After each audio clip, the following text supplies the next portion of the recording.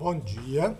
Hoje nós vamos dar o início de um conjuntinho de duas aulas a respeito de teoria do projeto.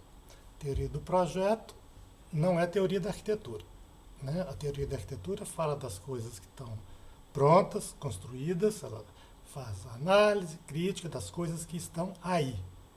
A teoria do projeto, não. Ela fala das coisas no vir a ser, entre não existir um projeto e existir um projeto. Existir um objeto construído. Quer dizer, entre o nada, o conjunto de condicionantes que estão colocados para o arquiteto. Terreno, dinheiro, programa, né? Entre esse conjunto de coisas e um projeto arquitetônico pronto, o que acontece nesse percurso? Então é sobre esse assunto que vai se debruçar a teoria do projeto. E a teoria da arquitetura, ela não se debruça sobre esse assunto. Então nós vamos falar de processos de criação, né? Hoje a gente trabalha à mão, a gente trabalha com CAD, a gente trabalha com BIM e a gente trabalha com 500 outras coisas e quaisquer delas que nos ajude a percorrer este caminho entre o nada e o alguma coisa, vai ser muito bem-vindo, né? Nos meus PFLEX, eu falo em geral para os alunos que eu só quero saber de CAD ou de BIM a partir da metade aí do percurso. Se o percurso são 2 meses, eu quero 1 mês de rabisco à mão. Por quê? Porque você está tentando fazer uma aproximação grosseira de um conjunto de condicionantes. Programa versus terreno, sol, né, dinheiro, lei da prefeitura, por aí vai. E aí então, se você faz rabiscos à mão, você os faz muito mais rápido e de maneira muito mais ágil do que no CAD ou no BIM. Você mexe neles, você apaga, você rasga, você joga fora, você usa a transparência do papel manteiga a seu favor para você testar novas propostas baseadas em propostas antigas, né? Então eu sugiro sempre o início do processo à mão, porque o lápis é um instrumento grosseiro e quanto mais grosso no início o lápis ou a lapiseira, para mim, mais útil. Por quê? Você não tem nada preciso na sua cabeça. Como é que você vai usar um instrumento preciso como o CAD ou como o BIM? Se você vai usar o CAD ou o BIM, você vai ter que saber a posição exata de uma determinada parede dentro de um determinado conjunto. Você não sabe nem se tem parede, muito menos sua posição exata. E se você for usar o BIM, você tem que saber se essa parede é com reboco, se ela é sem reboco e qual que é a pintura e por aí vai, né? É claro que existem maneiras de contornar isso tudo, mas nada como a agilidade do rabisco à mão no início do projeto, né? E aí a gente fica com aquela folha de papel em branco na frente e fala assim, e agora? Como é que começa? Não tem uma resposta. Cada projeto que você vai fazer, ele é diferente do projeto anterior. Você vai começar, você vai desenvolver um percurso absolutamente singular. Uns você vai começar de um jeito, outros você vai começar de outro jeito. E as coisas que você vai fazer durante esses 2 meses de PFLEX para que seu projeto se torne uma realidade, as coisas que você vai fazer, a coreografia que você vai desenhar no espaço, para essa não existe método. Cada hora você vai fazer uma coisa diferente, você vai tentar, você vai fazer um conjunto de tentativas e elas vão se refinando. E à medida que vão se refinando, você começa a usar instrumentos mais precisos.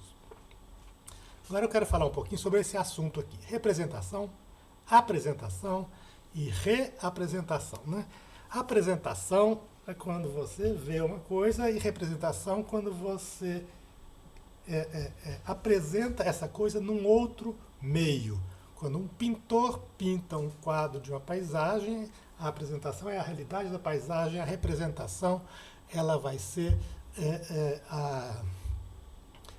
aquela paisagem, aquela realidade, aquelas árvores dentro de um outro meio, o meio da pintura. O meio das tintas, o meio da tela, com o que usa outra forma, outra linguagem, então você nunca tem a própria coisa, você tem uma outra coisa, você tem uma reapresentação de alguma coisa. Então, nesse primeiro conjuntinho aqui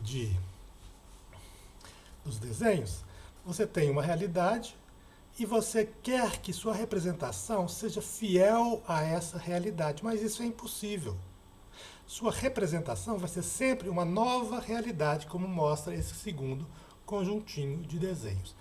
Uma imagem de uma deusa grega nunca é uma deusa grega.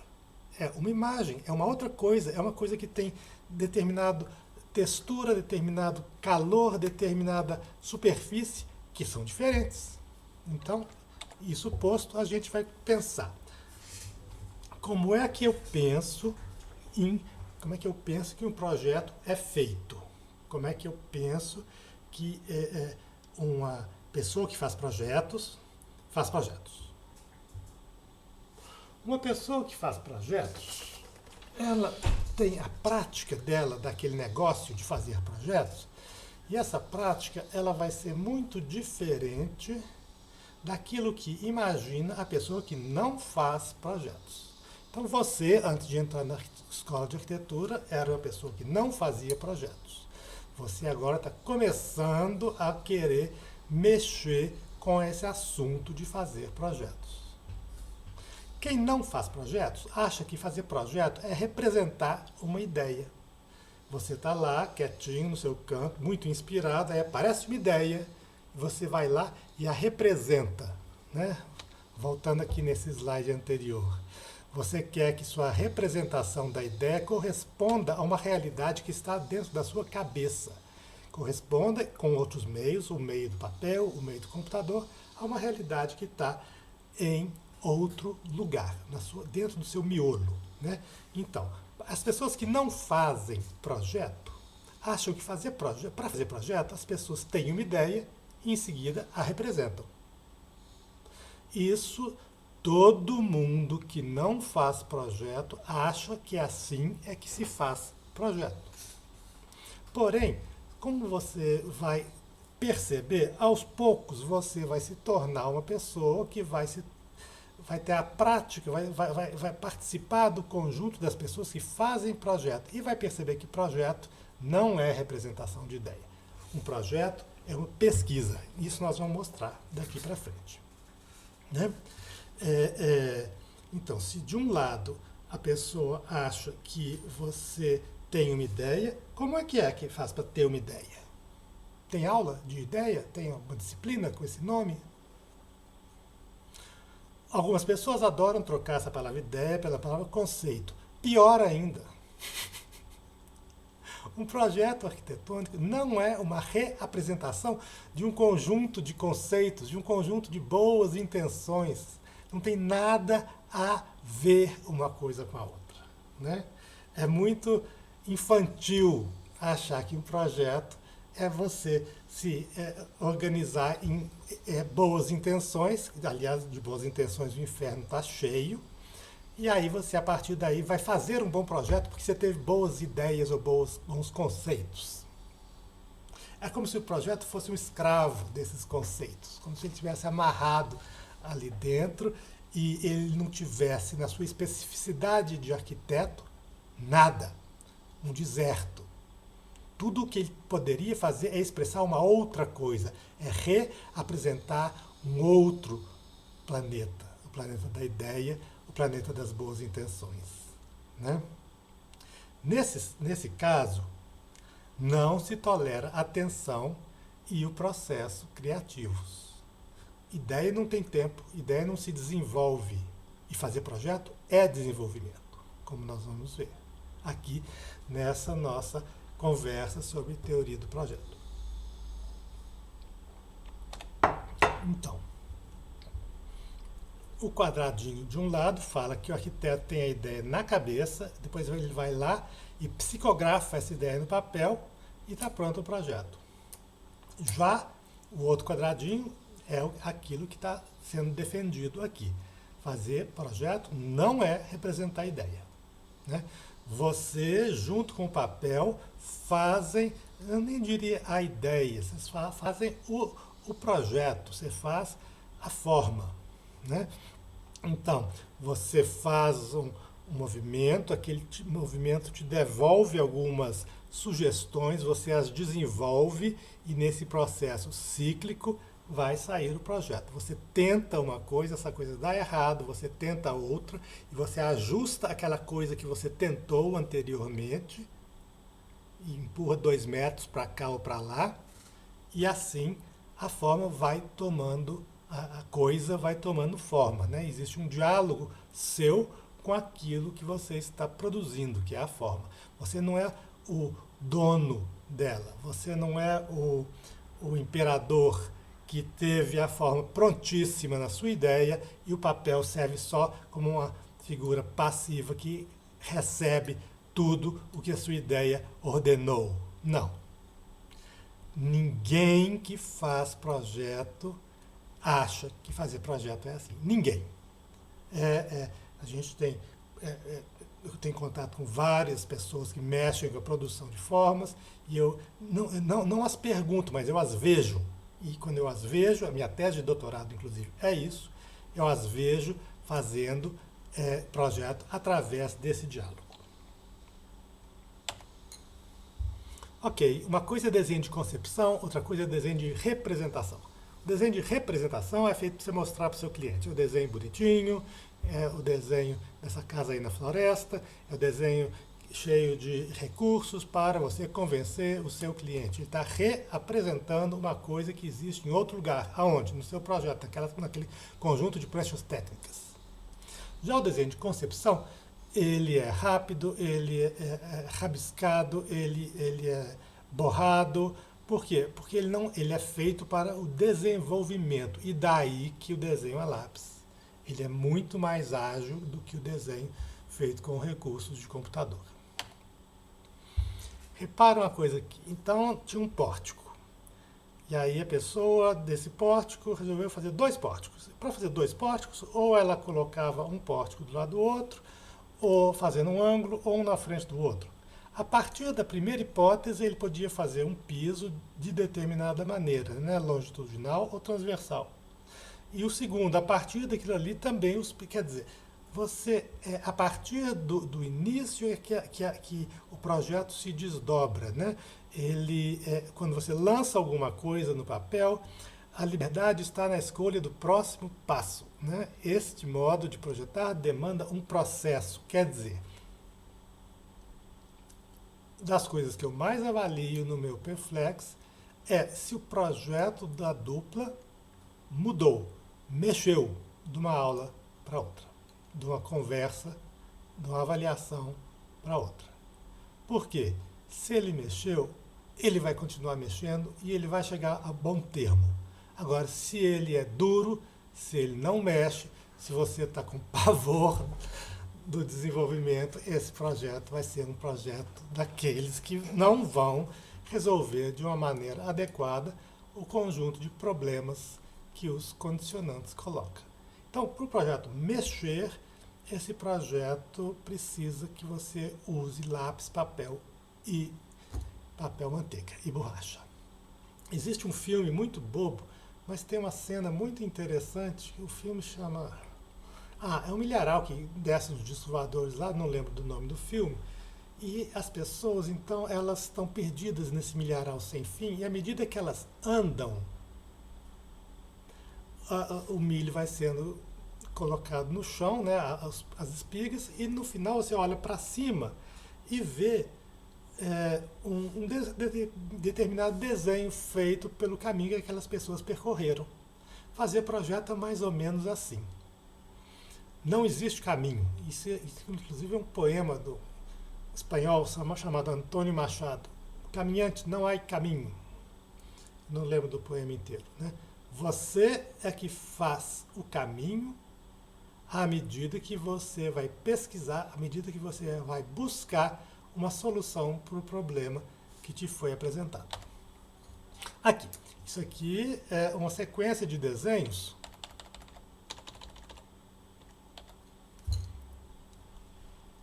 que são esboços feitos pelo arquiteto Louis Kahn em um dos determinados projetos dele. Então você repara como é que o desenho ele vai aos poucos, aqui ele está testando algumas configurações, né?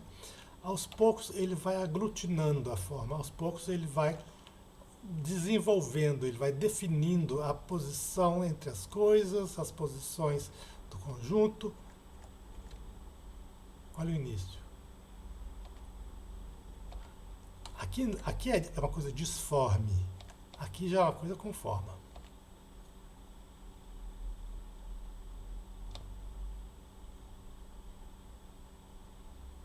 Não me lembro que projeto é esse. Mas parece que são vários quartos com banheiros, né? Talvez Bryn Mawr, que é um dos projetos dele. Bacanas. Ok, tensão criativa. Tem uma artista plástica que morreu há alguns anos, chamada Faiga Ostrover. Ela, eu acho que era polonesa, mas veio nova para o Brasil e desenvolveu o trabalho dela todo aqui no Brasil. E ela tem, num dos seus livros, ela fala sobre o assunto da tensão criativa. Então, na primeira hipótese, o projeto era você ter uma ideia e desenvolvê-la. Quer dizer, ter uma ideia não gasta tempo e desenvolver uma coisa que você entrega para o estagiário. Quer dizer, um processo completamente estéril, né? Estéril. E já o segundo projeto, no início não temos nada, só um conjunto de condicionantes briguentos, e no final nós temos uma forma. E eu tenho então um percurso que gasta um determinado tempo, que eu não sei qual é, para fazer esse percurso. Para que você, então, o primeiro, a ideia não gasta tempo, o segundo, gasta tempo. Para que você dê conta de enfrentar a pesquisa que é o projeto, você está pesquisando a forma, você não sabe qual que é a forma, você não sabe onde é que você vai chegar, é o milharal do filme. Para isso é preciso que você tolere a tensão criativa. É isso que fala Faiga Ostrover. Você tem que tolerar a tensão criativa para não querer, de uma hora para outra, encerrar um processo que ainda não está maduro. Porque quando ele está, ele te avisa. E ele fala assim, acabou, o projeto terminou. E você sabe. Não é você que manda nesse fim. O projeto mexe, o projeto se move, caso você deixe. Caso você trabalhe para isso, né? Se você não for à busca, o projeto não se faz sozinho, né? Então, demanda o trabalho do arquiteto. Eu não sei o que resultará do meu diálogo com a forma. Quer dizer, quando eu começo o meu trabalho, eu não sei onde é que eu vou chegar. Eu não sei qual que é o resultado do meu processo de projeto. Se eu soubesse, eu não precisava ter feito, né? Tem um arquiteto, Abraken, que um aluno perguntou assim para ele, esse arquiteto holandês, como é que eu vou desenhar se eu não sei o que é para desenhar? Como é que eu vou desenhar se eu não sei o que é para desenhar? Ele respondeu assim, se você soubesse, você não ia precisar desenhar. Quer dizer, você desenha para fazer a pesquisa. Fazer projeto é sinônimo de fazer uma pesquisa. Eu não sei o que resultará do meu diálogo com a forma, assim como quando um biólogo está fazendo uma pesquisa, ele não sabe do resultado da pesquisa. Se ele sabe, não é pesquisa. Se ele sabe, não precisa fazer a pesquisa. Assim como eu não sei qual será o resultado de uma conversa que eu travo com alguém. E isso não é um problema.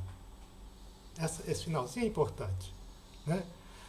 É tudo uma questão de tolerar a tensão criativa. Nós vivemos num universo onde é todo mundo muito imediatista. As pessoas querem as respostas rápido, de maneira imediata, sem mediação. Não rola. Não é assim que acontece. Por fim, eu queria mostrar esse livrinho aqui, do L. Pion, Teoria do Projeto, que, de uma maneira muito brilhante, ele vai falar sobre esses assuntos todos que nós estamos comentando aqui. Bom, é isso. Muito obrigado e até a segunda parte desta conversa. na qual a gente vai analisar um filme que mostra Picasso pintando. É isso aí, muito obrigado e até mais.